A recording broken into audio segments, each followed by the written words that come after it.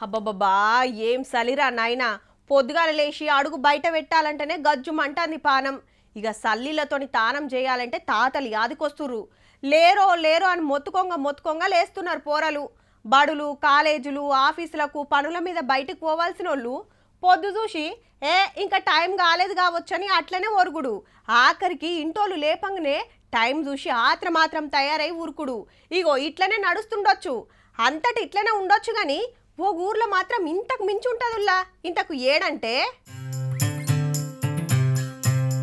మంటగా కాకుంటే ముడుచుకపోతురు, రగ్గు లేకుంటే రంది పడుతురు, గరం కొట్లు లేకుంటే గావరైతున్నారు, తువ్వాలన్న చుట్టుకోకుంటే తిప్పల పడుతురు, మబ్బుల పనులు జగబెట్టాలంటే ముసుగులేసుకునే ముంగడికి పోతుర్రు. ఇగో ఇట్లున్నదుల్లా సంగారెడ్డి జిల్లా కోయిర్ల పరిస్థితి. అగో ఆన్నేనా మాతాన సుత మస్తు సలుంది అనేరు. ఈడంతకు మించి ఉంటది. పాతేడు వణుకు వణుకు పుట్టిస్తది ఇక్కడ. మరి ఎందుకు గీతీర్లుంటదని అడిగితే రేగడి భూములున్నాయి, చెట్లున్నాయి కాబట్టి ప్రతి సంవత్సరం తెలంగాణ మొత్తంలో కోయిల్రా అత్యధికంగా చలి ఉంటది. పనికి పోవడానికి కూడా ఇబ్బందిగా ఉంటది. దక్కన్ పీఠభూమి అని నల్లరేగడి ఉందని భూమిలో నీళ్లు బగ్గున్నాయని అడవి దగ్గర ఉందని ఇట్లా తీర్ల చెప్తున్నారు ఊరోళ్ళు. అట్లాంటి అడవుల జిల్లా ఆదిలాబాద్ లో చలి బగ్గుంటది. ఆడికంట సుతీడు ఇగమొస్తుందంటే చూడుర్రిగా. మళ్ళా ఊరు చూస్తే కొండలు గుట్టల మీద ఏమన్నా ఉన్నదా అంటే అది లేదు. ఈ తీర్ల చలి ఎందుకు పెడుతుందో అర్థం కాక ఊరోళ్ళు పతేడు గజ్జున వణుకుతున్నారు. చలి నుంచి తప్పించుకుంటానికి తీరు ఉపాయాలు చేస్తుర్రు.